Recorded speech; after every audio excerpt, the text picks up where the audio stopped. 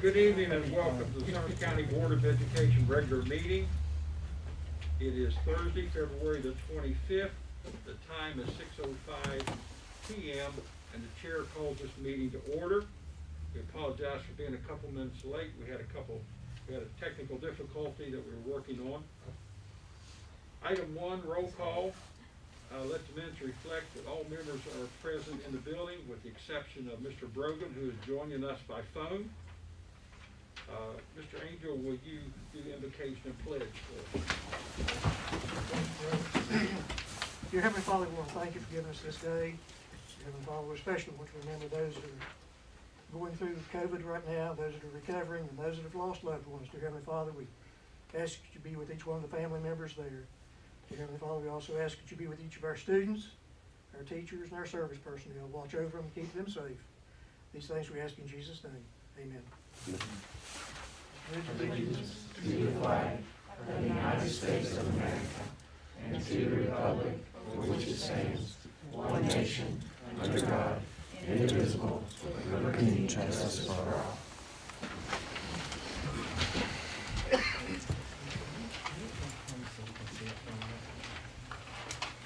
Item 3, approval of agenda with adjustments. I don't see anything needs to be adjusted. Does any member have anything they wish to adjust? If not, the chair moves that we approve the agenda as presented to us by the superintendent. Motion on the floor of the chair, second by Mr. Angel, that this board approve the agenda as presented to us by Superintendent Warrell. Any discussion? All in favor, please say aye. Aye. Aye. Mr. Brogan? Yes, aye. Okay. Minutes reflect by 5 votes in affirmative, this board has approved the agenda as presented to us by the superintendent. Item 4, public comment. There are none. That brings us down to item 5, presentation, Superintendent Warble. We'll have Mr. Willis tonight, Ms. Duffield, and then Mr. Trey Marone, our attorney. I thought the students, real quick, before the presentation happens, this is how you pay your attorneys. See his nice hat he's wearing? Can you see us? Can you see it or not?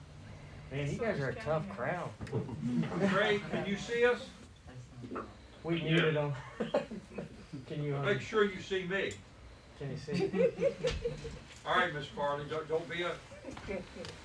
So the inside joke We're is so glad you're with us. he sent the hats to us. Anytime you want to trade hats, Because we'll I be sent him glad a to. Summers County hat, so he thought he had to one-up me. I'll But put I this think on he when looks you better in talk that hat again. than we do with those others. So. The joke there is, Mr. Marone, we sent him a hat, he sent us one. But, yeah.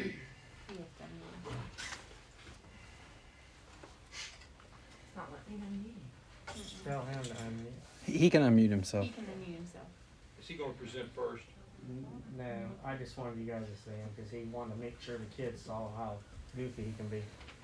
Now he can't hear me say that. And how much are we paying him? Can you hear me? Yeah. He can hear you. He's just unmuted himself.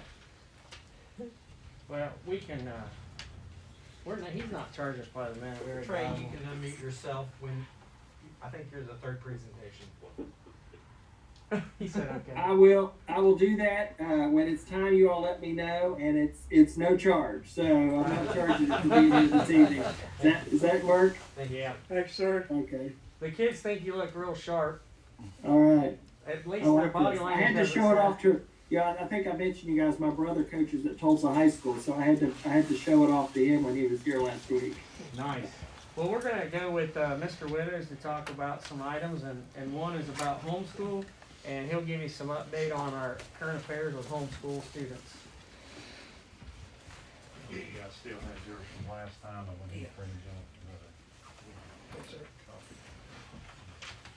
I'll let you know where we're at. Kind of take a look at it since I've been in the position. This is based off 3 years. Your data and your information I've given you. So 18, 19, 19, 20, and right now 20, 21 academic years. If you look on your chart there, it's got it broken down into K5, 6, 8, and 9 through 12, and the number of students for each.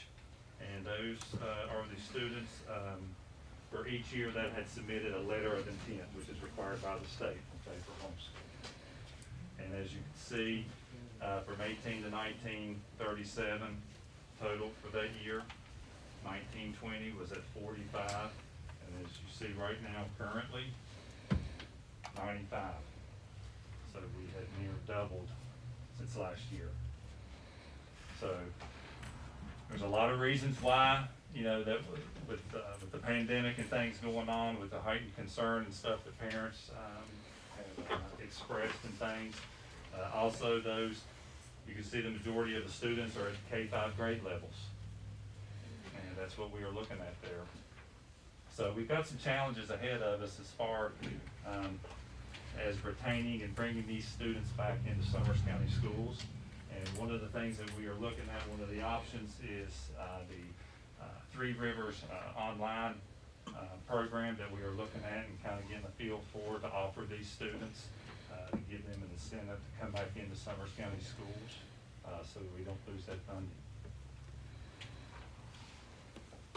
And we do have 4 out of the 95 that are returning, that have came in today. So I just got that update today.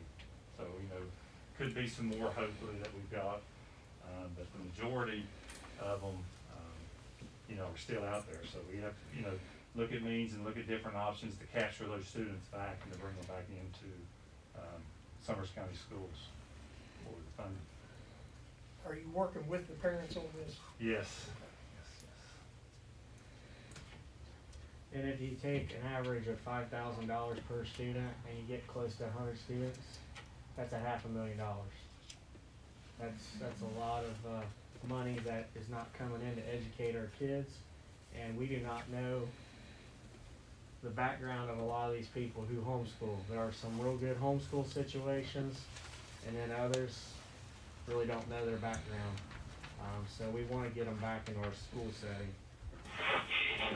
The pandemic, with the expressed concern, they've got loved ones at home with health issues, so that's probably been the majority reason for most of the students being homeschooled was over COVID-19, the pandemic itself, or total lack of internet options, or child care options, being able to monitor. You know, a lot of them weren't able to do option 2 and 3 at the beginning of the year because if you look, the majority of them were K-5 students, so they weren't there to make sure that those students were doing what they needed to do for those remote and virtual options. Do we know how many of these are pre-K? So, these are all K-5. There was 5 pre-K. I was Yep. curious. Do you have any details, Superintendent Wardle, on the details of your proactive movement? How are you approaching the parents and what? Well, at this point in time, with the options we have is, you know, now with the new move to go back to school 5 days a week, if people are real successful on that option 2, we have given them the option to take the proximity, which is that third party that we've did an RFP with at the beginning of the school year and worked through our ESC.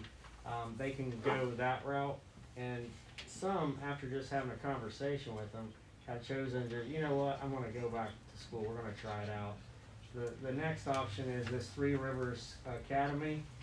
There's 3 rivers in this area, and it's an academy that we can create with an online program to maybe get people back into public school system by going down this online path possibly.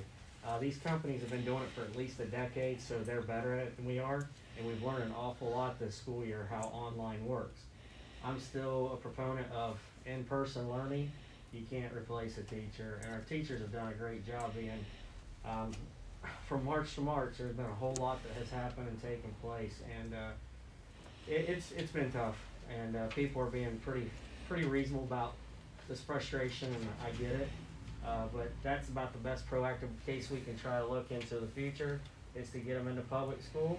Then we'll know their grades, we'll know their education, we'll know their progress, and then if they want to play sports, we can have that to use versus the way the legislation is moving. If you're a homeschool kid now, you might be able to participate in public sports with public school, and I don't know their behavior, I don't know their grades, and I don't know exactly where they are other than they wanna play a sport here. And, that's not really fair to the kids who come to school every day, who get up, go to school, and they work hard in the school system. So we're dealing with that situation to try to bring those kids back. So, I guess you're coming up with carrots to offer them. Yes. To encourage them. And, I guess you'll be making, you and your staff will be making personal phone call contacts with them and tell them what you feel like the dangers are. Yeah. And within this, Three Rivers Academy, is there some flexibility in that, and that the parents can still feel like they have hands-on homeschool instruction while attending and their students attending and using that? So you're working on it to make those two things go together? Yeah, they can use us and taxpayer dollars to educate their children while also being, how you wanna say it, getting the progression from younger to middle to high to graduation, because even though you might have a background in education, let's say both parents are teachers, when you get to the high school level and you wanna do ag science, for example, the CTE, I don't know many homeschool CTE programs out there. You can't beat ours, and you're gonna see a lot of that good stuff tonight. You heard from the electrical program a month ago, and 2 months before that, you heard about the carpentry. We have a lot of neat stuff that's gonna happen with our CTE, but, not everybody can teach, physics, biology, you know, research classes and all the humanities that are offered in the school system. So, I don't wanna put a black eye with homeschool, but there are some real good ones, but, there's more not. And, we want to be the experts and help their children out and help them on the soft skills as well to get them prepared for what's out there. So this academy would be something that we look at in greater depth, within a meeting in the future, and Yeah. possibly even a work session on it? We're literally creating it right now. Okay. And we'll have to look at policy, and we'll have to look at, approval from the state board as well. You guys can approve it, but then it would have to be the next step at the state level, and they'd have to approve it, because anytime you do a program that's new, you have to follow quite a bit of policies at the state level. And then we also have to look at being accredited. So if you take high school classes, I'll give you an example. There are certain online classes that are out there that people pay a lot of money for, but aren't accredited, and they're getting a false sense of, I'm gonna get a diploma, and it's not really a diploma. It's work you did, but it's not a diploma that you receive because you're not accredited. There's a big process for people to have to go through for an accreditation. Will this academy have a virtual teacher every day? Yeah, well, that's what we're trying to figure out right now, cause you got costs, and you got, can that happen daily? I can answer you this, that is an option, yes, but I don't know that we can afford that Monday through Friday. That's always the big detail that you have to look at, is can you afford a daily person out there online? We're gonna have to look at that option. Well, we look forward to hearing more about that. That's a lot of money on the table, and also if we can, assist parents in a way that they feel comfortable with and help them with their educational needs, and, that'll be great. We look forward to hearing more about that. Okay.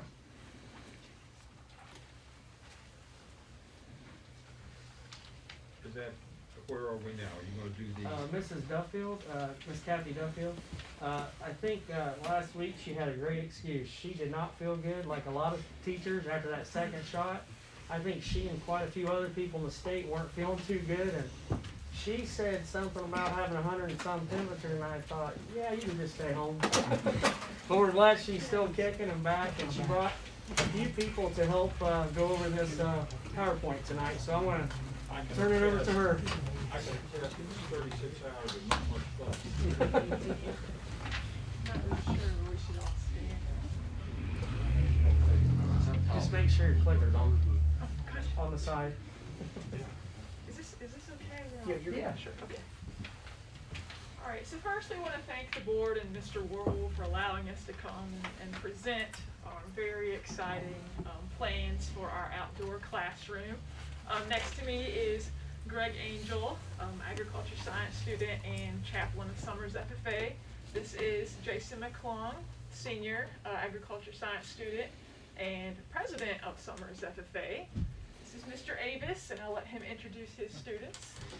Yeah, my name's Mr. Avis. As you know, I'm the carpentry teacher at Summers County High School. Behind me, Nick Willie. He's our superintendent for the carpentry program. And Nathan Graham, he's in our carpentry program also. These are two of my lead carpenters on some of our projects. And of course, I have a couple more back there. These guys show up for work every day, and they work really hard. So we kind of had a dilemma at the end of the year. Mr. Avis had a sawmill and had nowhere to put it. So we'll start with that. Things kind of have a funny way of falling into place. So I want to mention that before we go on. So we were presented with a very exciting and awesome opportunity. Many of my students over the years, we've had bottle baby calves, we've had bottle baby goats, we've raised little chickens in our shop. Now that's not always the ideal situation. So we were presented with an awesome opportunity to have our very own mini working farm right down behind the baseball field. And boy, that sounds wonderful. And the kids absolutely took that and built something that they think that you guys are really gonna like. That space, when it was leveled out, was so large, we thought, you know what? Let's share with our fellow CTE cohorts. Perfect place for the sawmill. Yeah, this is sawmill that we received last year. The only thing is it has a gasoline engine, and I don't think it would be safe to run in our shop. And plus, the space is constricted too. You know, if we would set that up in our shop, that we wouldn't have room for any of the other things that we have. That's no reflection on your superintendent there, right? What's that? It's No, not. I'm a messy person. Okay, fair enough. Okay, so we participate in tractor driving through FFA and stuff, and whenever it comes to getting ready for it, we have to practice, and they have certain courses that we have to run through with our tractors, like different obstacles. We gotta move your tractors with trailers around and different types of trailers and back them into certain areas and stuff. And we were using this area you see here to practice for these previous years, but we gained knowledge of like the middle school coming down. That's a great thing. We think it's a great idea to upgrade our middle school because personally, when I was there, it was still good school, but it could use some work, in my opinion. I'm not trying to make anybody mad, but so we were trying to figure out what we were going to do with our tractor driving, where we were going to practice and everything. And with this new lot available, it gave us room and places where we can practice our tractor driving and set up our courses and leave them set up that we didn't have to take them down in fear of like someone messing with them or something. We could leave it set up and not have to waste time going and setting it up each day and have more time to practice on everything and hopefully achieve better results in our competitions and everything. What I did to it. I broke it already. Oh, you're good. So this was the lot before.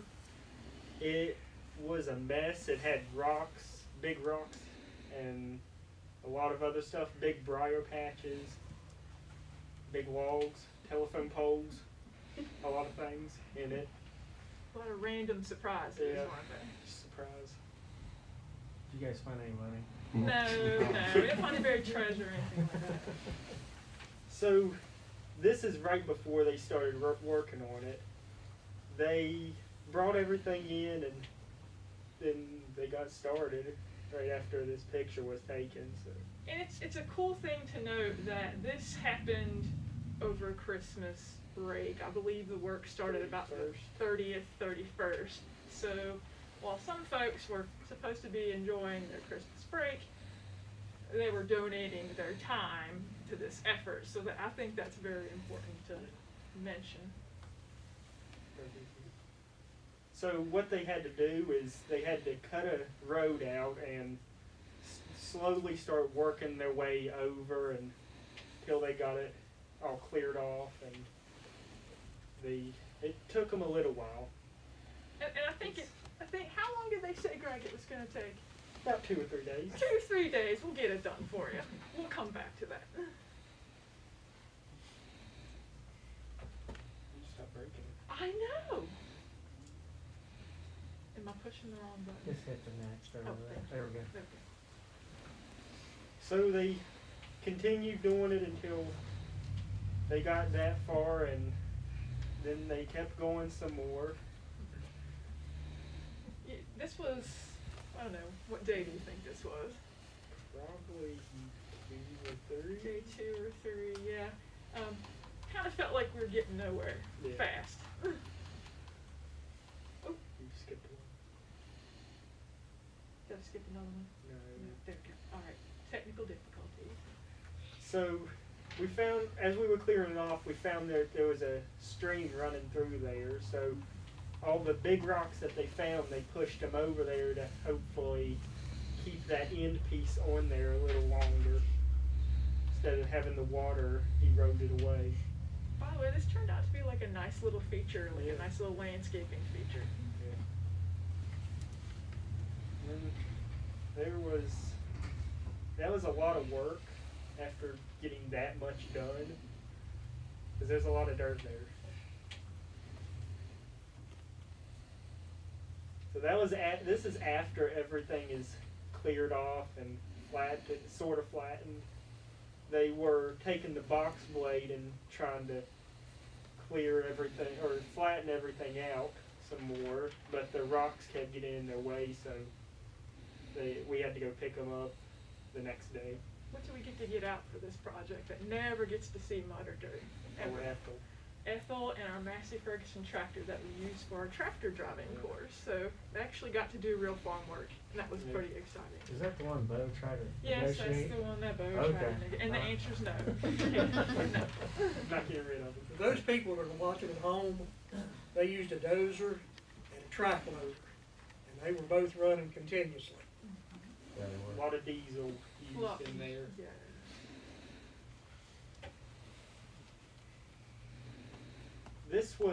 They made it about that far before it got too muddy to do anything else with.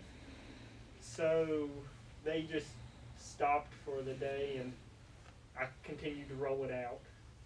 That little red spot, that's Greg on our tractor that we named Ethel with the roller. I got it stuck a few times. We did. Oh, come on now. Yeah, put that in your button for me. This was whenever we were picking up rocks, trying to get everything out of the way so we could flatten it some more, and that slowed down the process a little bit, but it had to be done, so. Greg, you look sad in that picture. Looking down at the ground for rocks. You look sad. I know, I but don't I think was you looking like that job.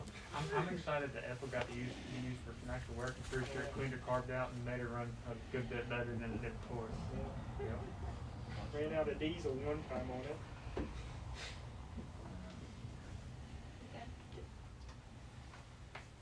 So this is after they decided they couldn't get any more done, and they stopped for a little while, and I was just trying to flatten it out a little more, what's already been done.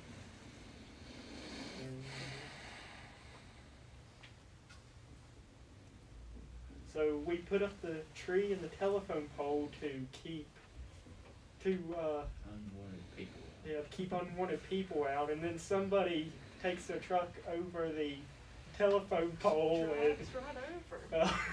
And just drives over it. An adult, we thought, well, those kids, that's a perfect mud bogging spot. Those kids are going to be down there having a good old time. We need to stop that. And here And we then have an adult runs through it. kids aren't the problem. But he did leave you some. Yeah, he did leave us stuff. So as we mentioned before, they said it would take 2 to 3 days. It took 9 days. And then there's Bo and Galen and Matt. Galen and Matt were former ag students, and they came back to give back to a program that they liked. And just to give a little inside information, I was there for all those 9 days, and the weather was a problem. It was raining, it was snowing, it was sun shining. The weather was supposed to be good, then it wasn't. there were probably several hours, you know, Of us Greg, just talking about former days. former days of Summers FFA and the ag department and how it was and how it's going to be, and you know, sharing How it those is now. and sharing those stories back and forth, and that camaraderie of those former students, you know, bonding with those current students and showing them the wonderful things that they can learn and the memories they can make while they're in the ag program. And that was really special for me as a teacher to see that happening around the table while it was pouring the rain. And Bo, I think Bo graduated high school before I was ever born, so I can't say much for him. Yeah. And that was 9 days of dozer work. Technically, it's still going on. To piggyback off of that, I think that like everything that's going on here is going to be a great opportunity for like future ag students. I think it might even draw attention from some younger kids into the program and be a great thing for them. Do you think, you said draw, do you think it'll draw the geese over there? Oh, they're already over there. Okay. There ain't nothing you're going to do to fix that. These three fellows were pretty disappointed that they couldn't make it the lot beautiful, flat, perfect. As Greg said, it's not done yet. We're just waiting for it to dry out. They wanted to put the finishing touches on it right after that day they got it cleared off.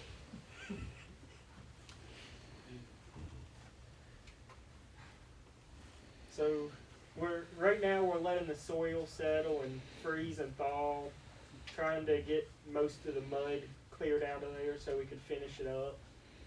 We're letting Mother Nature do the work now. Yeah.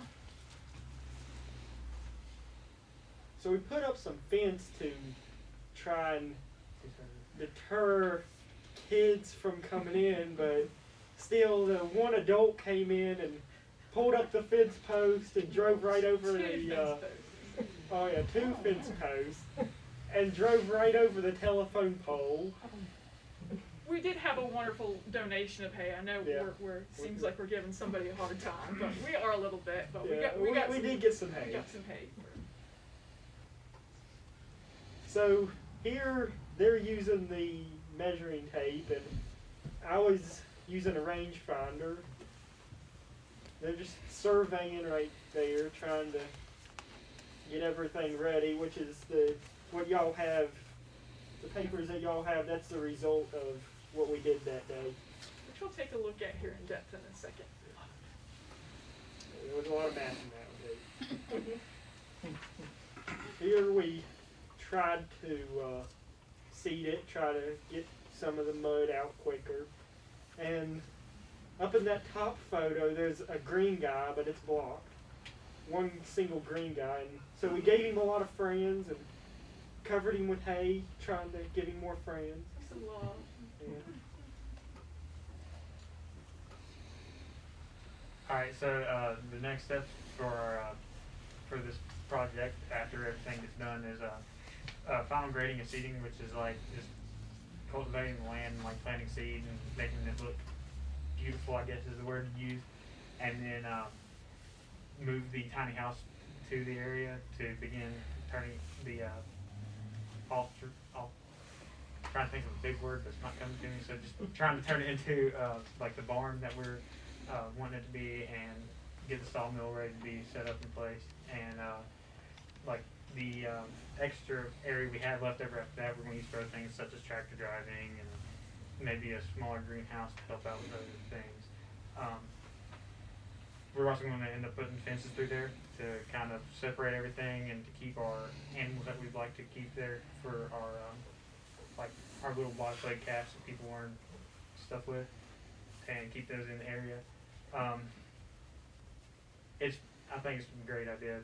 It's a great, like the times that we did have all the little calves and everything. I love the experience, and it made me want to do better in school, because CTE program, if you don't have good grades, you don't pass, you can't be in it. So it kind of inspired me to do a better job in school and keep my grades up and keep going with it.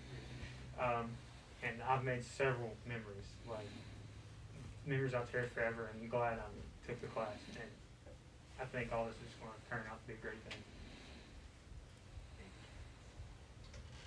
Oh, and we'd like to emphasize that we are not going to have no 1,200-pound cows out there. They might fall through the What? The lots.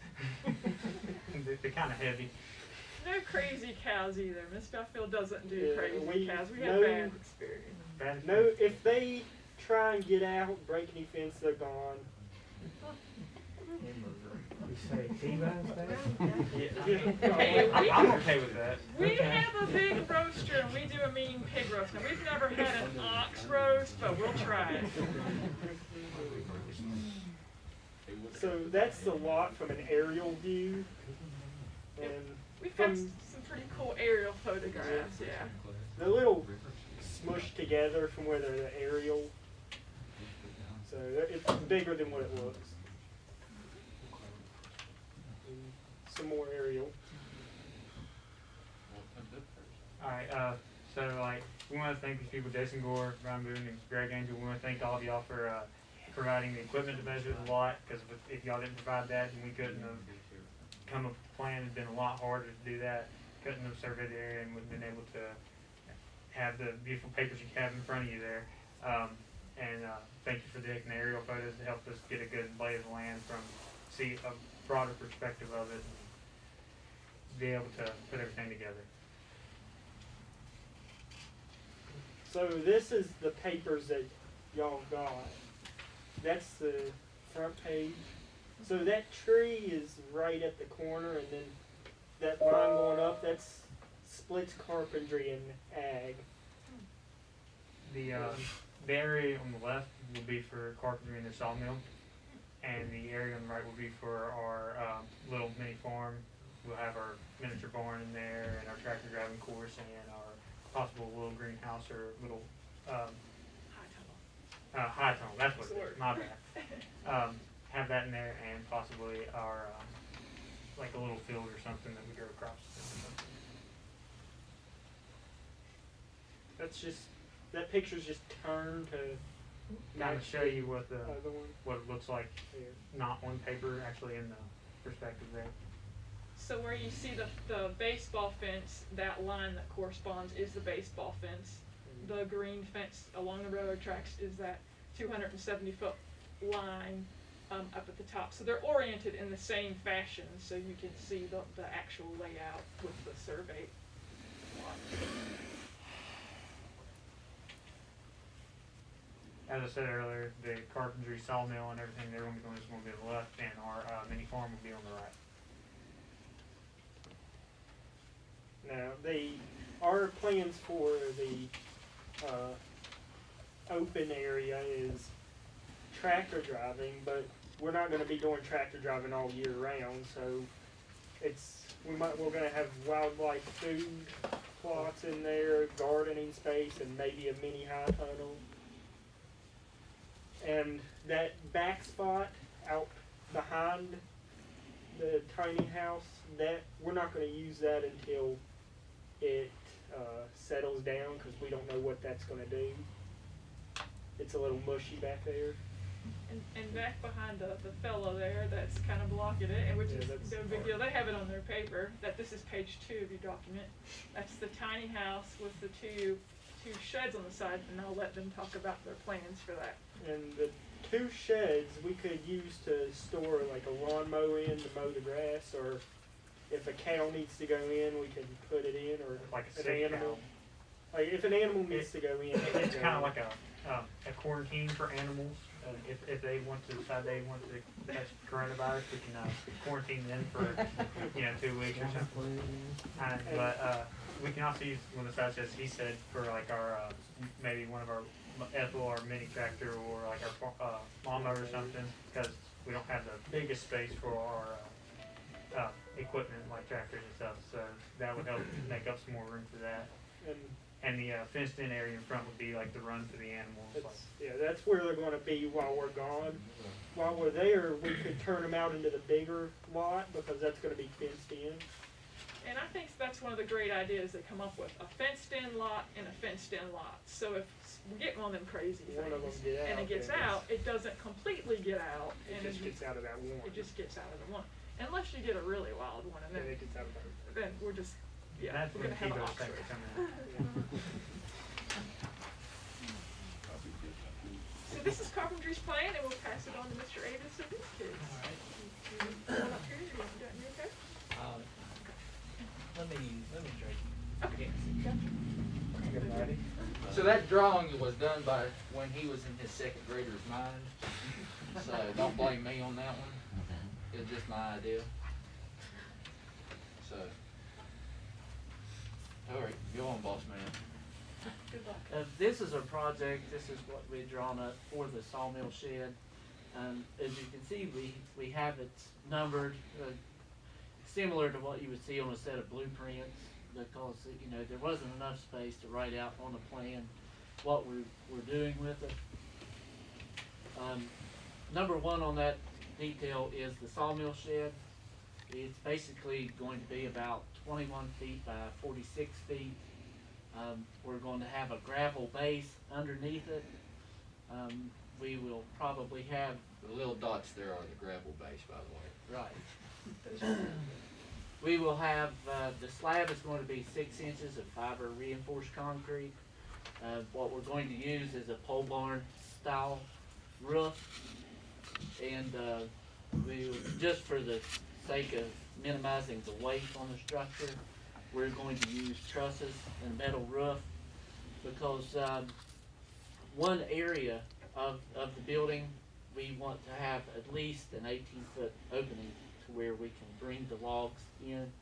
And we went with the metal roof just because that would alleviate a lot of extra weight, and we'd be able to span that distance a lot easier. Might work for me. Alrighty, so this is the blueprint. Well, my fabulous drawing here. I worked This all is day. his design. I worked all day on this artwork here on the chalkboard. Old school chalkboard. I mean, perfect from the whenever it was built. Alright, number one. Stop laughing. Back when Avis was in high school. Pretty much. Hey, real teachers use chalkboard. That's right. That's right. And he wants to get rid of it. How dare he? Yeah. Okay, number one, you see right there, is it's going to be like a storage area, because, you know, people like to vandalize stuff. You know, if they don't have a can of spray paint, they have a pickup truck that's going to take it. So, our plan is to have enough room so we can roll the sawmill into that room, and it can be locked away. Nobody can get to it, nobody can spray paint it, nobody can pick it up and take it for scrap metal, which is, you know, pretty high right now. It's about $7 a ton. So, 100 of it. Is that right? $9. Yeah, where you go. All right. So, Me and Dick wouldn't know anything about it. oh no. Alrighty. So, you know, sawmill's gonna be in there. We need gas for the sawmill. We need extra blades for the mill. Possibly a chainsaw if, you know, I never know. I don't know what that would ever be. It needs to be for. a special person Yeah, running that. running the chainsaw, because chainsaws are very Safety dangerous. hazards, you know. And you gotta be properly equipped on the chainsaw. You gotta have a too. license, you know, these days. Yeah. And you got all the extra tools like the cane hooks and everything that's gotta be in there. So that'd be locked away forever. But not forever, we gotta use You know, when we need it. So number two there, bright idea. That's where your log's going into. And one side's gonna be closed off enough that the sawdust can go out, and these guys here can use it. That's repurposing pretty much. like we do now. Yeah, kind of, when they ask for it. We don't deliver for free anymore, just like clothes. Okay, so one side is you're going to drive up to it. There, let me get up here and explain it. So this here is a roadway. Doesn't your next slide have a picture of an actual barn? I have no clue. I think it does. It does. None against your picture, but Oh, Oh, let me help you out with your presentation. And that's better than your drawing, right? pretty much. Okay. It went back somewhere. There we go. Alrighty, so this is a rough estimate, rough diagram of what it's going to look like. There you go. I'm a big dude. That is kind of what we're talking about storing the sawmill in. It'd be locked away in a room, nobody can get to it. And down here where this tractor is, which I don't think agriculture would let us use a tractor, put a loader on a tractor or anything. You're not We will have to certified. work something out. Not Yeah, we- certified. Not getting more tractors. You don't have your Yeah. safety test. But that's where we're gonna store our, I didn't even touch it. You hit the You hit the Hit the board. screen. you hit the screen. Again? Where, there you go. If you get close to This it. is not, I can't do this. Y'all, Vic, stop I touching it. think you need to just move away from the board. Back away from the board, Vic. where the tractor is gonna be like your storage area for your lumber. It's gonna be 16 by 16, right? Check me. And you're gonna be able to stick lumber in there that's that size, store it away, possibly, and lock it up. But that's all I got.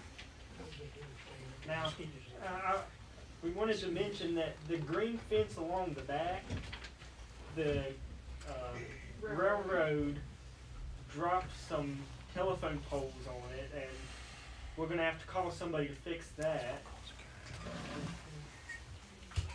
And the community donated a lot of stuff to help with this.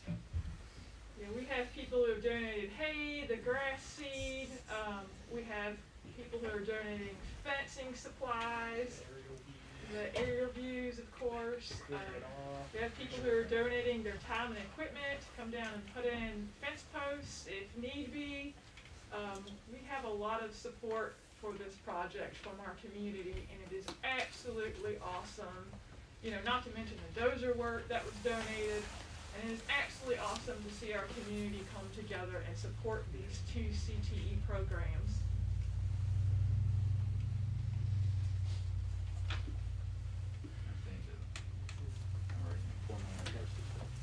You want me to talk about the Yeah. visit? Well, so Nathan's gonna give you an update on the locker room roof, the visitor's locker room we've been working on. Finally, we've had some halfway decent weather to work on it, and we've actually made a lot of productivity here in the past couple of days. Between not having school and not having good enough weather to go out and actually work on the roof, because it's been cold, because Safety hazards. winter time, you know. But we finally got up there the other day and started laying shingles, and we are about halfway done on one side now. And so we have a pretty good system worked out for working on it, because me and Avis usually cut the ones on the end, and then Josh and Nick take off and they lay the ones to the other end.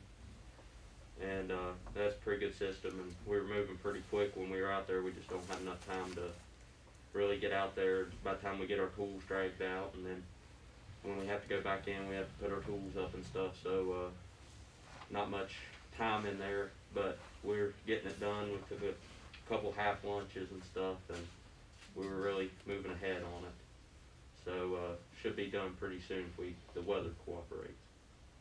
Yeah, I think that's one thing that the COVID has exposed is it's let us know exactly how valuable time is, and it's the most valuable commodity, because we are extremely limited.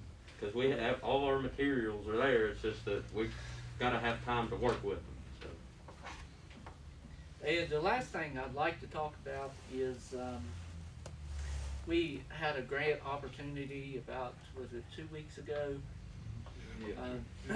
There was a 2021 Ontario Burge grant that was offered from the Department of Education, and we were wondering exactly how we would purchase the supplies to complete the sawmill shed, and this, blind luck, it just happened to pop up.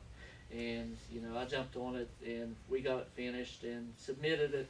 And just a couple of days ago, we received an email from the State Department saying that we were awarded the grant for $24,500. So that's going to make a big difference. Yes, it is. And like I said, like Miss Duffield was talking about, the people in the community, they stood behind us the whole way with everything. And this grant was for an actual sawmill business, to where we could turn a profit. And that's one thing, in this area, you know, we're surrounded by a lot of hardwoods and softwoods and things, and a lot of people like, you know, they like to have their own log sawn. And with the kiln that we have, we can saw the lumber, we can dry the lumber, we have a planer that we can plane the lumber with, and we also have a molding machine that we can do various tongue and groove. We can make specific types of molding with it. So, you know, that's going to open a lot of doors for our program as far as, because I want our program to be self-sufficient. You know, I don't want to be reliant on, you know, outside funds. I would love to see our program fund itself, and this is a big step in the right direction. We, me and Trey, you and Josh back here, our freshman year, and not doubting anybody else before us, we came in with let's say a job on our hands, and it started with the seniors in front of us, because that was what, your first year or something like that? The year before we came? Yeah. But we started, and this is pretty much making the shop great again type of logo. Absolutely. Because we came into a mess that it was trashed when we came. No offense to anybody before us, but it was trashed when we came in, and now it's back to its. We're getting there. Yeah. It's a lot of work. And I don't want to ever get there, because if you get there, you become too complacent. But you know, we're on our way. Yeah. But like we said, by the time we graduate in next year, this is probably going to be back to its normal state. I hope so. I believe so. And these boys they'll keep passing down that legacy. You know, every group of kids I have, they leave the program just a little bit better. And you know, that's the greatest thing about our program. Well, thanks for sharing, guys. And that's it. Unless you guys have some questions. Looks like y'all done a lot of work. Yeah, A lot of work. we have a lot of work to do. With You half- do. with It'll half- come together. With half the workforce. Yeah, and Yeah. half the time having to Yeah. work for it. So, but like I said, the guys we have there, they are the elite, so they're not scared to work. Good job, thank you. Thank you. Thank y'all very much.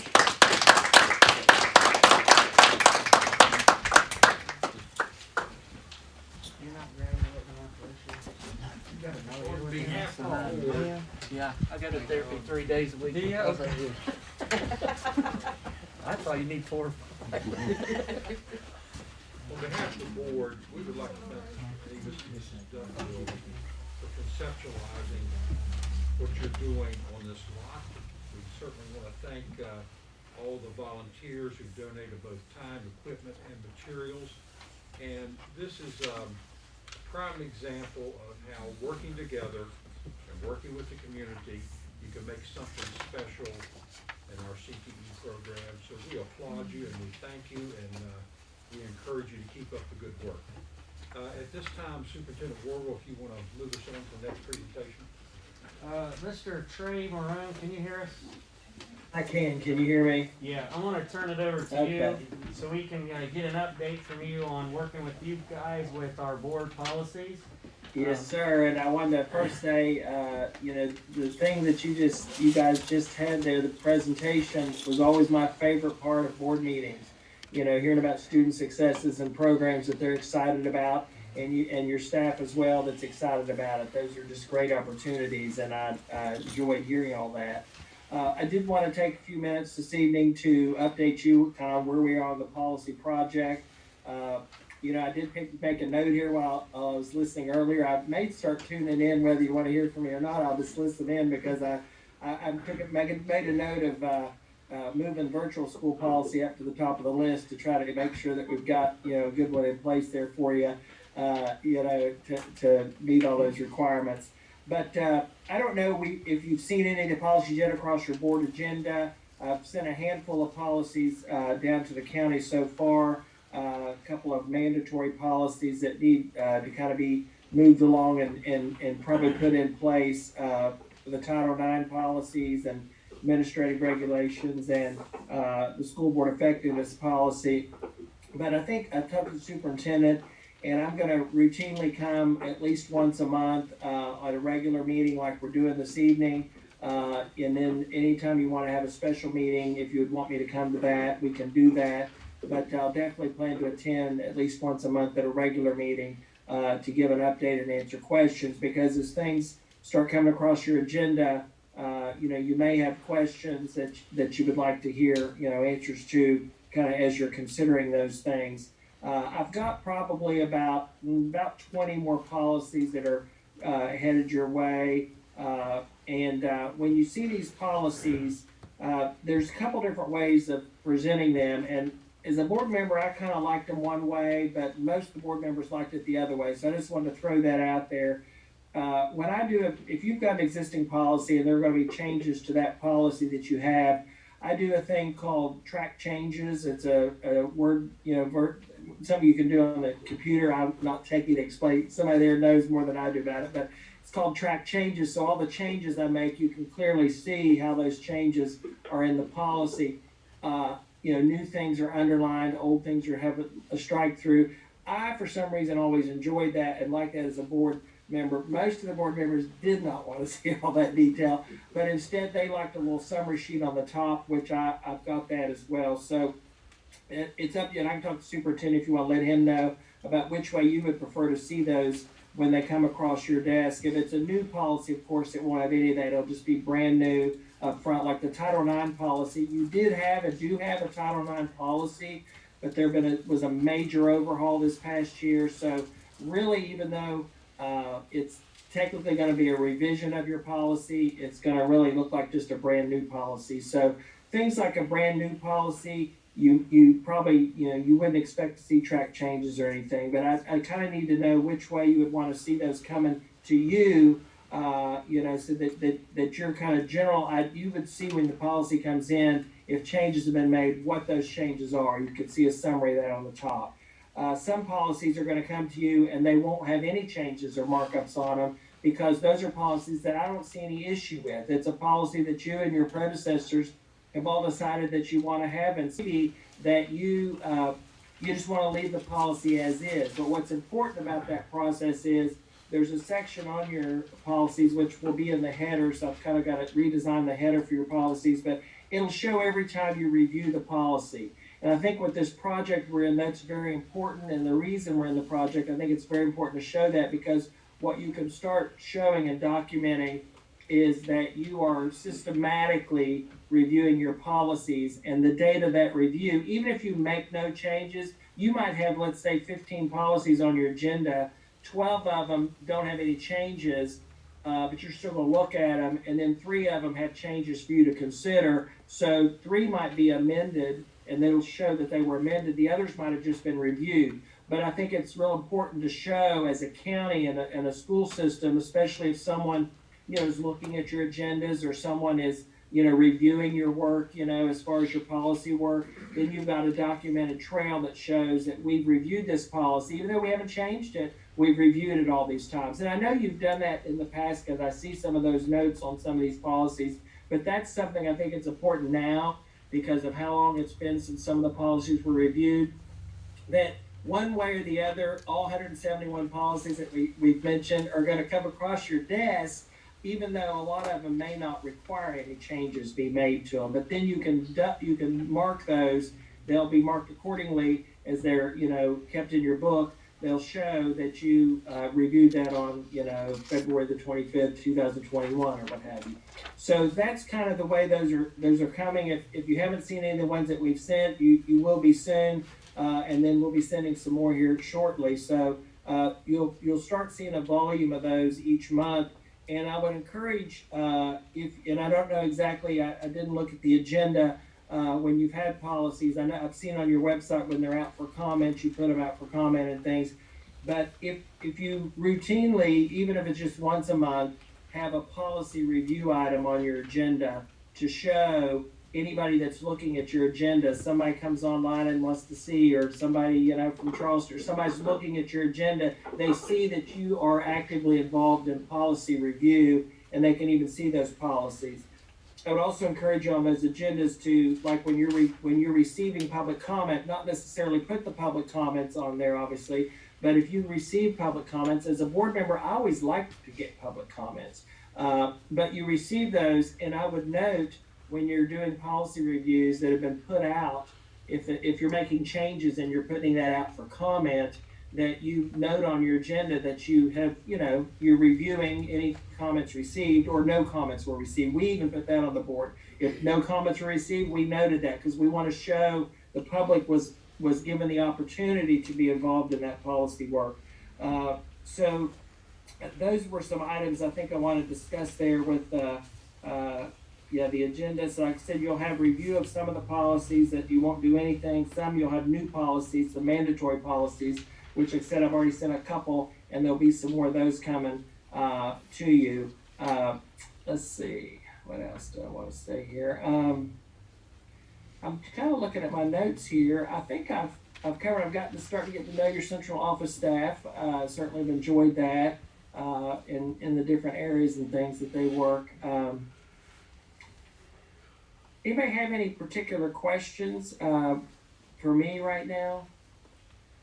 The ones that are mandatory, will you mark those as mandatory? Yes, sir. Okay. Yes, those will be mandatory. And those will be, and that's another thing on that cover sheet that comes with it that will say that it'll have that on there. That's a mandatory policy. I actually have a list myself that we at Bowles Rise have compiled over many years that has a list of policies that are mandatory. So we just want to make sure that you have all those in place, and there's some that we do need to get in place there.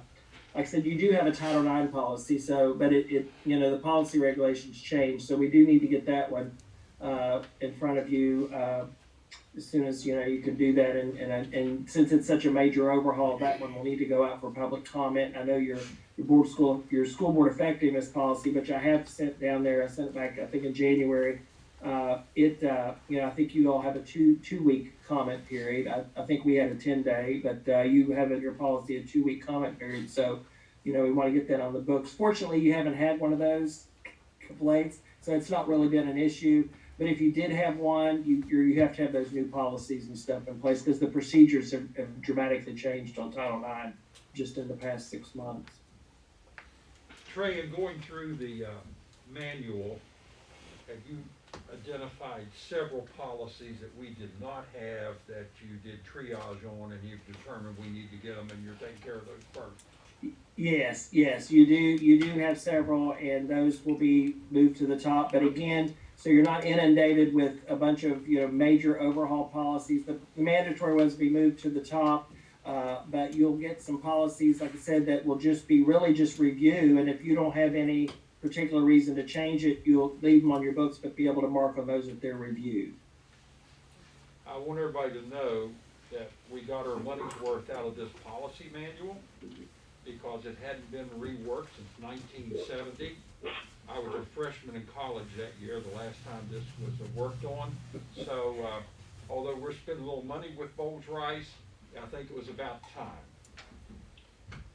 Well, I'm enjoying it, and I've really enjoyed getting to know your staff, and I really appreciate this opportunity to work with you guys, and I'm very proud of that hat. Even though I mentioned earlier, I think I was muted, I have to announce, which even is more helpful, that this is Summers County, because up in this neck of the woods, when people see that hat, they think it is, right? Yeah, South Charleston, because you got those same colors too. So I think I would prefer the track changes. I don't know about the rest of you. We can even send it both ways, and they'll come with a cover sheet. We can send it both ways. There's not a problem with that because the track changes don't have that summary. Like the cover sheet has a little summary that will show, like, if here's why we changed this or that, and it kind of gives you an overview. Some people just like to see that, and then they really don't get, But I was like, whoever asked that, I couldn't tell because of the masks, but I was the same way. I wanted to see every little thing that was marked. And then the other thing I'm doing a little bit differently, you had some really good information historically on your policies as they existed, showing, dates of review, and I don't know how, accurate, if those were, kept up, but there's certainly information that says when it was adopted, when it was reviewed and revised and things like that. So I've kind of got that still at the top. but I added a section called scope. And at the top of your policy, it has just a small little smidgen that, like, somebody looks at that policy, they can look at it and see this is what this policy is about. Because you guys know a lot about these policies that the average Joe does not know. And they may be looking for something. And part of having, the value of having policies is because of transparency. We have policies as a county board. You have these policies. You want the public to have access to your policies. You want, the employees, the parents, your community, of course, yourselves. You all, want to have access to these policies. And I think that you guys have an understanding of the policies and how they fit into the operation of the school system. But someone else may not know when they're looking at it what it even is. So each one of your policies will have a little paragraph or maybe just a sentence or two at the beginning that just kind of says this is what this policy is about.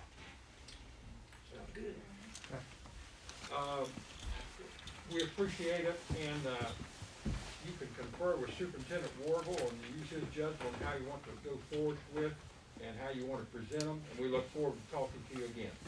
Okay, thank you all. Good to see you tonight and enjoy the presentation. Appreciate the hat. Thank you. Thanks for the hat.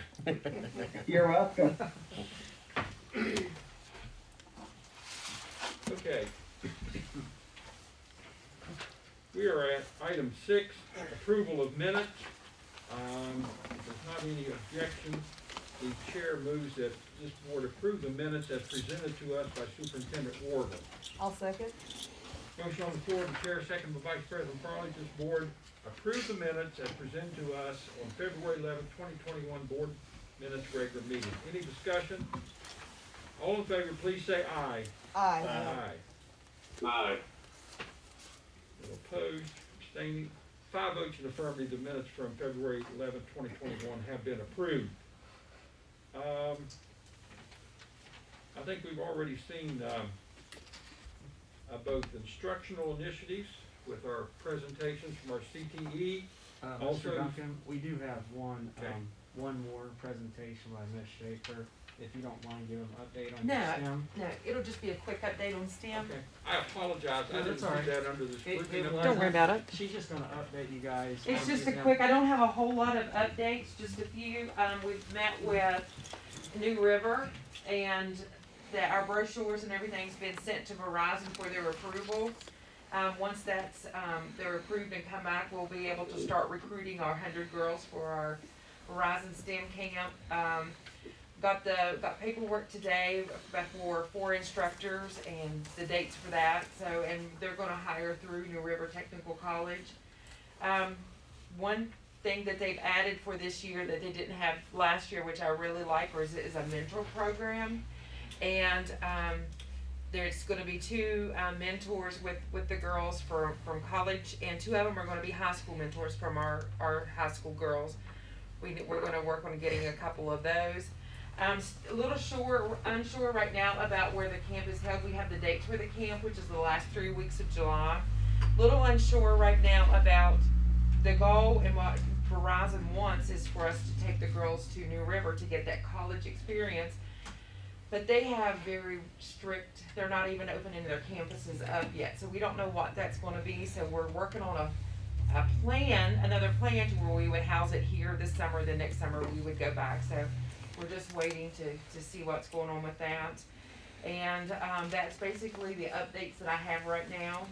And once we get some people hired and some our paperwork back in our recruiting, I'll share all that with you. And we're planning some big recruitment here and to get our girls interested. We wanna have a time where families can come in if they're interested, and we'll talk more about it and what else gonna go on. This is a great opportunity for some of our girls here in Summers County. So we're excited about that. More to come. Can you Thank you very Can you much. tell them how much money you're bringing in with that grant? Yes, it's the grant is for $100,000, and that covers the travel, the food. The only thing that I don't like is the equipment will stay with New River because we'll host through them. But we are working on, we've written some grants and we're working on getting all that equipment to have here in Summers County where we can continue the program here and at New River to where we can open up, because right now it's the grant for rural girls. And I want our boys involved some, and we're gonna have our summer camps. So we're working on purchasing the stuff in here and having it all in county to where we all can use it. What grade levels does this cover? Middle school, 6, 7, 8.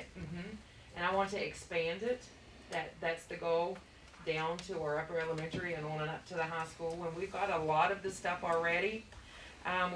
We still working on our AR, our augmented reality and virtual reality. And Mr. Lester's, we're working on getting a plan to have some of that purchased for some of our COVID money to where we're going to have that curriculum through Canvas we're pairing with Arizona State University. They've done all the lessons, and that's where the training will be virtually through them. So we're going to have all that where we can bring it into our school and with other grades and some of our boys, and then still go and I want the best of both worlds where we can have it here and still go there. I'm not happy just with one. We got to kick it up a notch. And how many students could you take? 100.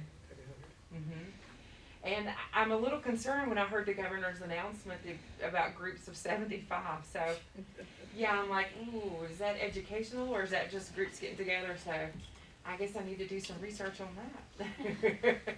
But we can take up to 100 with the grant. Thank you. Thank you for getting that grant. Going back to, we're looking at student success stories, instructional initiatives, community volunteerism, those 3 items, the presentations by Carpentry and by the FFA, Vocational Agriculture, certainly filled in those blocks very nicely tonight. And again, we want to thank you, and I want to thank all the students for your participation. And it's not easy to get up in front of a crowd. You did that, and you participated, and so you learned some very valuable skills there, and I applaud all of you for that. Do you have any other things to add on 7, 8, and 9, Superintendent Wilson? No, we do not. I appreciate the flexibility there, but there was a lot tonight. That's fine. That brings us to item 10, approval of bills. Mr. Angel? I make a motion, we approve the bills. Chair seconds it. There's a motion on the floor, Mr. Angel, seconded by the chair, that this board approve the bills as presented to us by the CS-BOE and the superintendent. Any discussion? All in favor, please say aye. Aye. Aye. Opposed, abstaining. 5 votes in the affirmative, the board approves the paying of these bills, Superintendent Warble. Any transfers and supplements? No, sir. No old business? No, sir. That brings us to 13, new business, and I was told earlier that we might want to use A, D, and E jointly. Is that correct, Superintendent? Yeah, because if you look at purchases over 20 grand on a 1 sheet of paper, all 3 of them are presented right there with what we're looking at purchasing and then where the source is. We need a refrigerated truck for our foods. We can use the CARES Act money to purchase that, and our van is not going to be approved next year. It will not pass. It might pass for other things, but not for food. And so we're going to purchase a refrigerated van, and again, this is all state bid stuff when you purchase these items. The second one is a Matheny County truck. That number will probably go down because we weren't sure on the number. We're still trying to figure that out if it's around 30 or 31,000. I don't think it's going to be 35, but we want to have the number a little bit higher because you can always make the number higher, but you can never make the number higher if it's later than when you did the purchase requisition. And then the third one is Wilson language training. You can see that the price there, a little over $20,000, and that is for title services with our elementary programs. I don't have anything else to add on that unless Ms. Jones has anything to add. That's pretty much basically it, right? Okay. So those are the 3 items for purchases over 20 grand. The CARES money, for anybody that might be wondering, that is money that we've received from the federal government via the state for COVID relief. The Matheny County truck, that's transportation, correct, Mr. Boone? Yes. And then Title I for Wilson language, correct? Okay. Anyone have any thoughts? Chair would entertain a motion. I make a motion, we, advertise for bids on those and go ahead and purchase them. Chair seconds it. There's a motion on the floor, Mr. Angel. What, we got bids for? We already got bids on It's in there that we got bids for the first one. Okay. We're Yeah. just approving, these Yeah. are the bids, the numbers. Yeah, these are all state bids, there's no negotiating this. The only thing is that second one will probably come down because, Ms. Crook did a good job of questioning where we saw one print and another, and so we went ahead with the higher number because, like I said, you can't go up once you put a purchase request out there. So right now, we're still fudging the numbers around 31,000 is what we'll think it'll be, but we just wanna put a little bit higher to encumber it so we're prepared if it's within that range. But we'll keep you updated as soon as we find out more information. And we might not even purchase it. Might say, no, we're not gonna agree to this. That's not what we saw when we went to purchase it in the state bid. Okay. We appreciate the correction on it. Would you like to withdraw I'll the amend, motion? I'll amend. And the would you motion. like to restate it? We'll go ahead and purchase the vehicles in question at the price that we can get them for. If you can negotiate it down, it's even better. Okay, Chair seconds that motion. The motion on the floor is by Mr. Angel that this board approve the purchases over 20,000 that have been presented to us tonight. And a second by the chair. Any discussion? All in favor, please say aye. Aye. Aye. Opposed, abstaining? 5 votes in affirmative, Mr. Warville. We have approved those 3 purchases. Appreciate you presenting them to us. We have a list of bills. Let's see. B and C. B and C, I'm sorry. Let's take item B by itself. This is 13B. Discussion and/or action concerning a school resource officer in the middle high school complex. Superintendent Orville. You heard a presentation last week, our work session from Sheriff Ferris on what we would do with an SRO or a school resource officer. We have Title IV funding. That title funding can be used to have services of an SRO deputy on campus for 9 months, not 12 months. We would agree to pay between $40,000 and $46,000 because Sheriff Ferris said, like anything else, at least we know it's around 40-ish, but add another $6,000 because of incidentals like overtime at a football game or overtime to go to someone's house, those kind of things. That's what we're looking at for a budget of $40,000 to $46,000 per our conversation with the prosecuting attorney and Sheriff Ferris, Ms. Crook, and myself. And we would like to have a school resource officer visible Monday through Friday in our school system, working with our students. I would like to say regarding this, yesterday in talking with the team from the State Department of Education, they were most pleased that we are taking this initiative. They really like the school resource officer program. They certainly gave me some guidelines and things they wanted us to look at and be considering when we do it, but they're very much in favor of it and they applauded our effort to do that. Is there a limit on how long we have to keep you? Well, here's what we talked about. If you're going to have someone that's seriously looking at the job, they would like for us to be committed for at least 4 to 5 years. But we do have that title money coming in, and Ms. Jones can correct me if she wants in the public eye, but that's basically what it is with our title money, right? That is correct. So it's money well used because we do have a little bit of a situation with some, when I got hired, I saw our discipline. We had some suspensions and we had some issues at the middle school, high school level. I don't want people incarcerated. I want them to be educated and I want them to work with everybody. So I want this person to be visible and work with our youngsters and be at games and be at some activities with the students. And then also he talked about a Saturday program with the younger students with the fire department and the police department. So he needs us to really commit because let's be honest, if you post a job and it's only for 1 year, who's going to want to apply for that job? that's the best answer I can give you that we understand at this point in time, 4 to 5 years. But then we'd also, if it works so well, maybe can we expand it? And that's always coming where how can we find funding within the budget? And we do have some other budgetary ways to pay those people, but there's also ways that maybe the sheriff and I can work towards grants too from the federal government if it's successful. Is this salary in line with other resource officers in the state?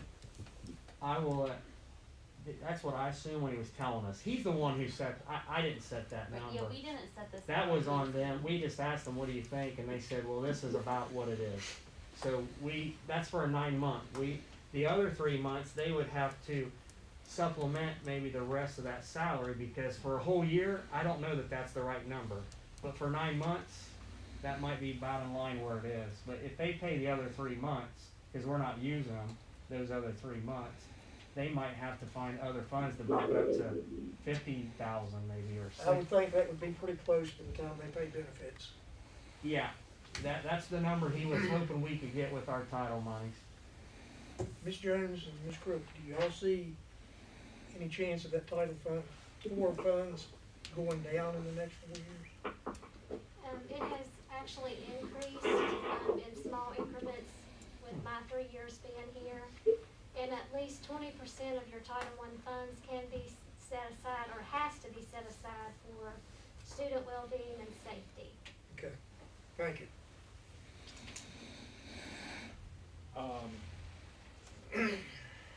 In discussing this with the sheriff, did he discuss with you the type of training? Is it specialized training for school resource officers that this deputy will go through before he comes on our site to work? Could you explain that a little bit? Yes, before he or she applies for the job, they have to go through special training just like anybody else that deals with students. And when you go to criminal justice in your undergrad years, not everybody wants to do high school and junior high or elementary stuff. They want to be out on the streets, if you will. But you have to have some special training. And that can include a canine unit to come with them every day. I'm not saying that'll happen. I've seen that every day where the dog comes every day. And now you have 2 SROs. Just one is a little bit more friendly depending on if you're behaving or not. And I'm talking about the dog, not the actual human. But it's nice to see a dog on the premises too, because let's be honest, if you like animals, and I know a lot of people back here do because we have plenty of pictures showing that, it just makes it for a more inviting conversation with another adult that's not part of the school system. They're just part of the community, is what it is. There are a lot of positive benefits to be gained from such a program. And what you have in this case, you have a officer there on a daily basis. They're not having to spend time in supervising a classroom and prepare for that.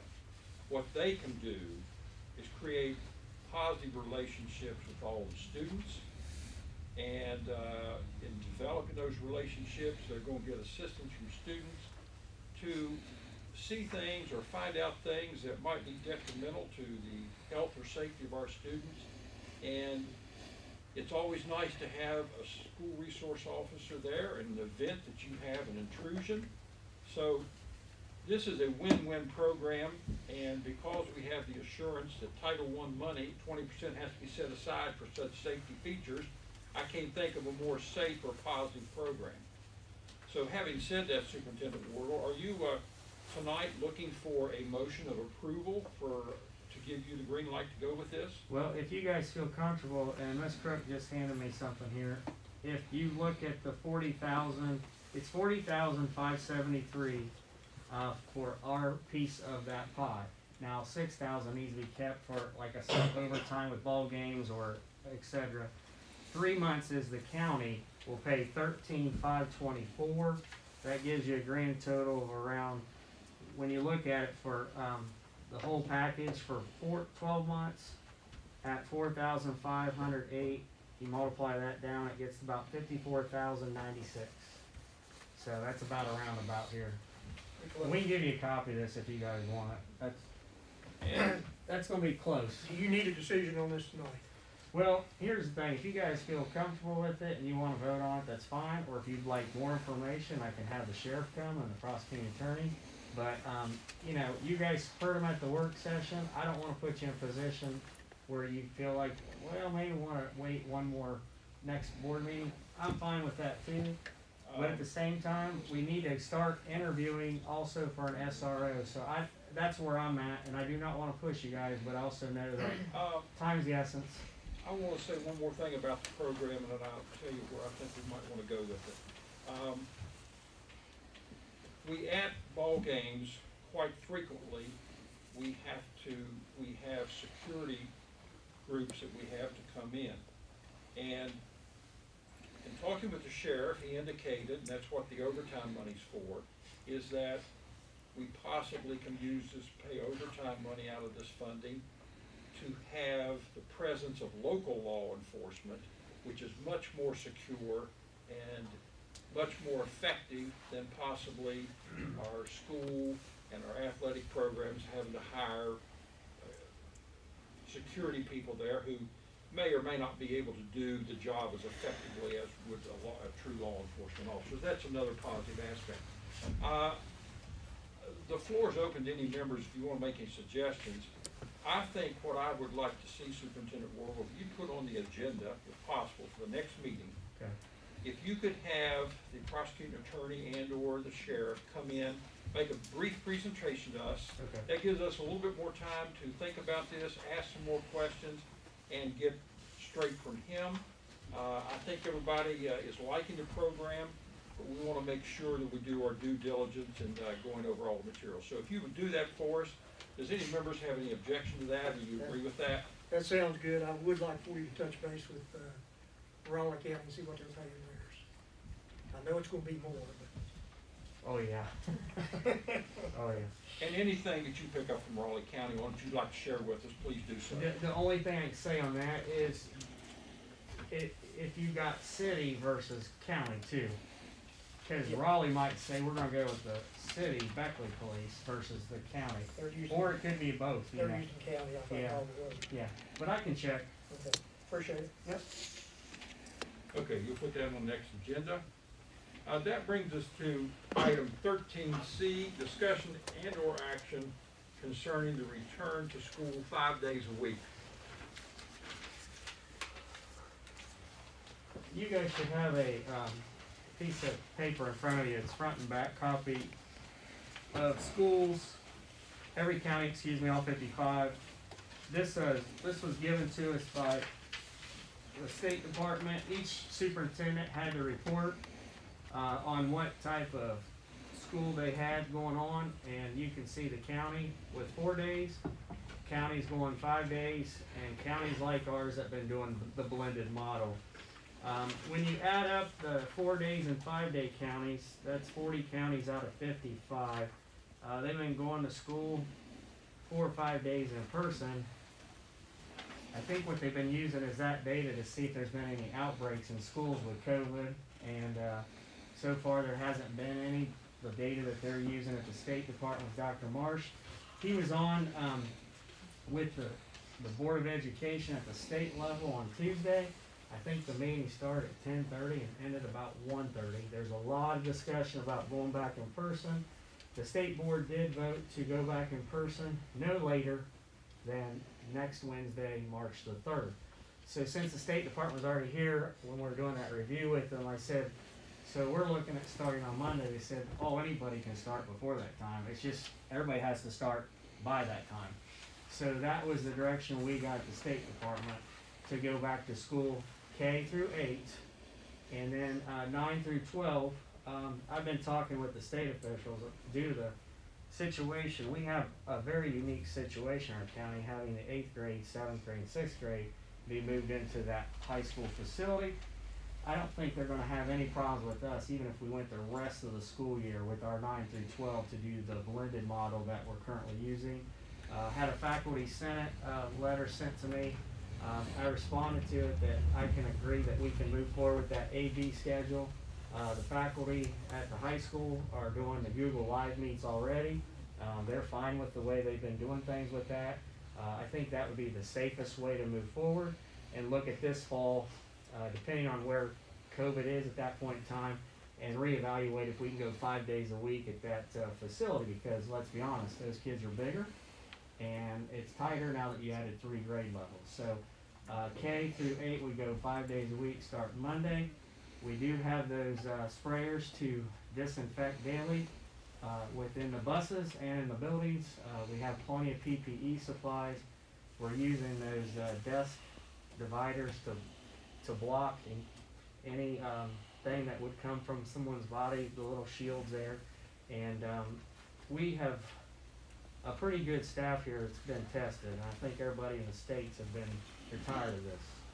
And I can't disagree with them. I'm tired of it too. But we want our kids to come back and welcome them and give them a good educational environment.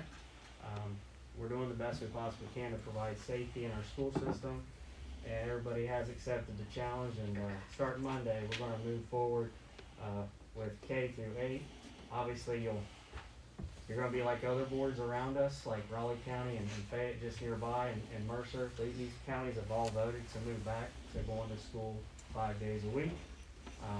My suggestion to you all is really need to vote on this and move forward, since the county map has showed that we're staying green, which is a good thing.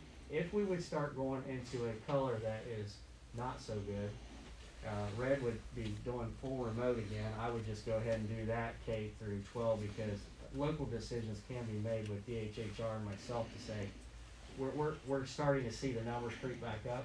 We have the leeway to do local control when it comes to if something's coming up like red, or we're getting above a certain number. Working with Chad, we can go remote. And if we have bad weather, I feel like I've given some people hope. I had 2 snow days this school year, so I gave some hope there. But we do need to go remote as much as we can. We only got 175 days of school between Labor Day and Memorial Day, and we have to have the kids out by June 1. So there's about 3 months left after this week of school. So we're going to try to get as much in the next 3 months as we possibly can. So if you have any other questions, I'll try to update you all, but that's the information that I've sent to you all from the State Department when I forward you these by email. These are the attachments, but this is one of them to let you know what other counties are doing. Would you go over what you're expecting on Wednesday from the kids that are in danger of falling behind? Why are you saying Wednesday? I'm sorry. Well, you're doing makeup for kids on Wednesday. Oh, okay. Yeah, for high school. Yeah. Yeah, Sorry. that I'm leaving it up to the teachers and the principals. They're the experts. They know how the kids are doing. That's for the high school, middle school, or mainly the high school. But there's some middle school kids that could be using a little bit of help, because I'd like to get those 8th graders up to the freshman class. But these kids have been messed with a lot. When you think about 1 year of messing a lot of your time in school, it's been tough. So Wednesdays are up to the discretion of the teachers and the principal, and they have to make that call. If a kid's doing poorly, they got to get them there on Wednesday so they can get them caught up, because you got to be there with that teacher to get caught up. There's no substitute to keep saying, I'll get that, I'll get that. Now, what could reward a student is saying, you know what, if I'm doing okay, I go back to that 2-day model. Whether that's good or bad, but that's what I'm doing, is leaving it up to the high school principal and the teachers to get them caught up. Superintendent Warble, for our next regular meeting, would you present to the board and to the public what is being done at the different schools to take care of this intervention that Mr. Angel's talking about? So we kind of like to know what the plan is that's been implemented at the individual schools for intervention, for helping students who are way behind to catch up as much as practical in the next 12 weeks. Would you do that for us? Yes. Okay. Any members have any comments that you'd like to make regarding this subject, or any questions you'd like to ask Superintendent Wardle? Whoever's on mine. Well, Anybody? I just wanted to, from what Mr. Ward was telling us, the State Department's already said we have to go back. Yeah. So it's not, And the government. it's not a question of whether we vote for it or not.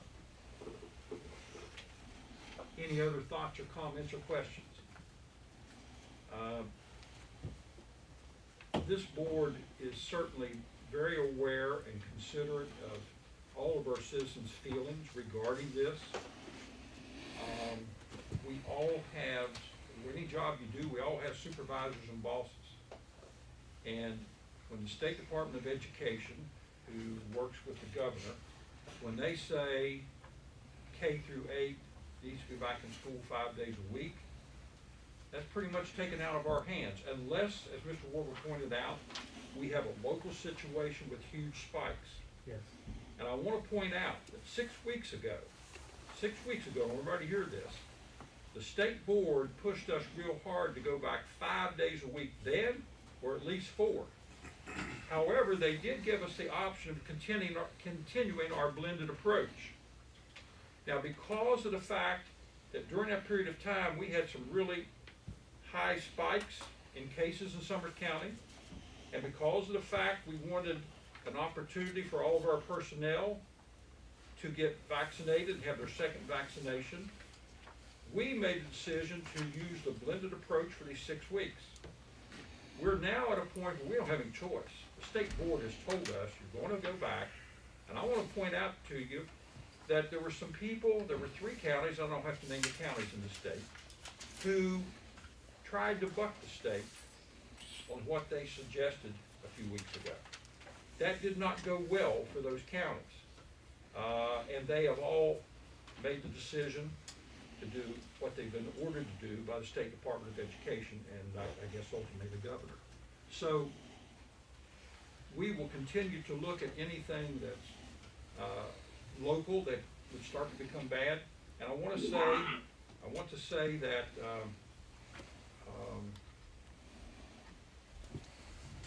the movement to go back is just what we have to do. And I think having said that, not having any choice, our kids need to be back. The CDC, we've been told for months now, we've got to follow the science. And in Summers County, we have followed both the science and the directive of the State Board of Education and the governor, have we not, Superintendent Warble? We have followed that. The CDC was very clear and very adamant 2 weeks ago.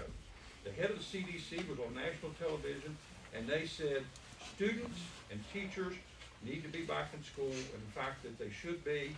And one of the things, there's a lot of negatives happening to an awful lot of kids in this country because they're not getting the good supervision in school. They're not getting the companionship, and there is a alarming number of suicides that occur in this country. So it's also time we need to look at the adverse effects of kids being at home, and we have taken every measure the science says to make our schools safe and keep them clean. CDC guidelines, Superintendent Warble, correct me. They say as much spacing as possible. They do not put a number of feet spacing on that, do they? No, they don't. They do not, okay. It just says to the extent possible in To schools. the extent possible. And that's why we want to keep the high school on the AB schedule and the junior high every day. Just because the spacing is gonna be very tough if we went full capacity for that many grade levels. And you're not saying that couldn't change somewhere between now and June 1, are you or are you not, regarding high school? I'm saying let's just hold off on that one right now. Okay. There's no Right. hurry. There's no hurry, that's okay. I just wanna get our seniors to a regular graduation and try to give them a nice graduation on the football field and make sure their parents and family can be in the stadium, and let's get back to some kind of normalcy with at least getting our seniors a graduation. Because right now, they have had the worst luck the last 2 years to be upperclassmen right now. The juniors and seniors have been ripped off of being the ones who ruled the school, if you will, their last 2 years of school. You remember those days where you're the upperclassman, you feel big, it's a good time, you're young, you're having fun, and let's be honest, this isn't fun. It's not been good for them. We have an agenda item here for full-time attendance by all students in K through 8, starting starting March the 1st, and with the understanding that it's mandated to go March the 3rd by the State Department of Education. Chair would entertain any motion anybody might like to make at this time. I make a motion that K through 8 start full-time on March the 1st, as the state has directed us to do. I'll second it. There's a motion on the floor by Mr. Angel, seconded by Vice President Farley, that this board approve our kindergarten through 8th grade, K through 8, to begin full-time attendance at school effective Monday, March the 1st. Did I state that the way you did it? Okay. Since the state has, Based on the fact that the state has so ordered us to do that, statewide. Is there any discussion? I think we've had the discussion. All in favor of the question before us, please say aye. Aye. Aye. Opposed, abstaining. I heard 5 aye votes, Superintendent Warble, so 5 votes in the affirmative. K through 8 students will begin attending full-time Monday, March the 1st. Okay? I do have one question I should have thought of. Does this include pre-K? We said K through 8. Do we need a? No, Does not, pre-K. just K through 8. Just Okay, K through good. 8. All right. Yep. I should have asked that clarification. And earlier. also to clarify, since there's a lot of students here with CTE, intervention day doesn't mean intervention like it's a bad thing.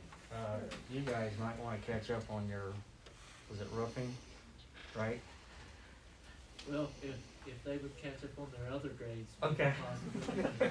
Well, duly noted, we won't put that in the notes. David, we'll leave that up to you. We'll leave that alone. I was trying to help you guys out with roofing. We are at this time down to item 14, which is personnel items. And I'm looking at this, Superintendent Warble, and I see employment of professional supplemental. Yep. I look over, I also see employment of coaches, and I also see resignation. With all of the issues regarding personnel, and with personnel season, the chair moves that this board at this time go into executive session subject to 6-9A-4, paragraph 2 on personnel. There's a motion on the floor. I'll second that. Motion on the floor of the chair, second by Vice President Farley. This board go into executive session subject to 6-9A-4, paragraph 2, personnel. So at this time, any other discussion? All in favor, please say aye. Aye. Aye. Opposed, abstaining. 5 votes in affirmative. The time is, 7:43. This board is now in executive session. Unfortunately, we have to ask that everyone clear the room except for board members, Superintendent Warble, and the individuals of Superintendent Warble as far from his staff.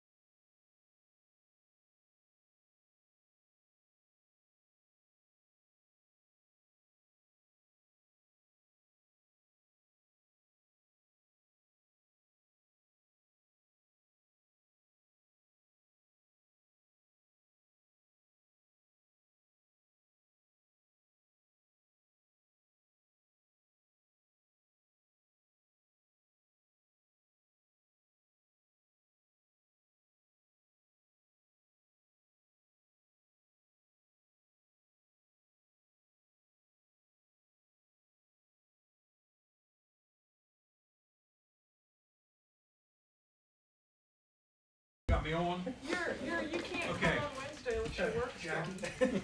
That did it. It is 12 minutes after 9. We're calling this meeting back to order after coming out of executive session on personnel. We have several items here on personnel that we're going to have to act upon. And in looking at it under 14, we have personnel items for professional supplement. And then we have employment of coaches, and then we have resignation, retirement. So Superintendent Warble, I'm going to ask you, all of these positions, all this information under personnel has been posted as per Open Meetings Act. It's been out there on our website, all this information, correct? That is correct, So sir. everybody's had a chance to see that. So members, do you have, since these are superintendent recommendations, do you have a problem if we do all of 14 together? Because it's all been posted as per Open Meetings Act, correct? Correct. Or does anybody want to do something separate? Do it all together. Everybody okay with that? Okay, Yeah, it is. Mr. Angel, if you, okay, all right. I'm gonna say the chair moves that for these duly posted personnel items that the superintendent has posted and made recommendation of for, I move that this board accept the superintendent's recommendations under all the items under item 14. I'll second. Okay, so motion by the chair, seconded by Vice President Farley, that this board approve superintendent's recommendations under item 14 under all personnel items, noting that all of these have been posted to the public as per Open Meetings Act. Is there any discussion? All in favor, please say aye. Aye. Aye. Aye. Opposed, abstaining. Mr. Worrell, by 5 votes in the affirmative, your personnel recommendations were approved by this board. Now, that takes us to superintendent's report.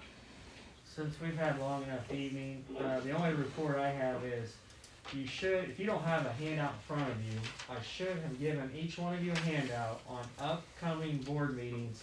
You did. And you should see that each month, in March and April, there are certain things that we have to do by state code. So March 11th, you need a meeting to have about levy rates. April 20th, statutory meeting. Wait a minute, the 11th of March? Yes. Yeah, he gave you a list. I gave you a handout, so. Okay, I got it. Yeah, I'll give you mine if you want. No, I've got Okay. it. Okay, April 20th, you have a statutory meeting. April 22nd, we have a regular board meeting and a budget hearing. And April 22nd, the board will need to decide if they need to go with a CPA firm or with the state for fiscal year 21 audit, because you have to do that. And then it does say here tentatively to have the budget approved in May, around May 13th. And if we can't do it then, we could do it by the end of May. But basically, we have a lot going on with the legislative session.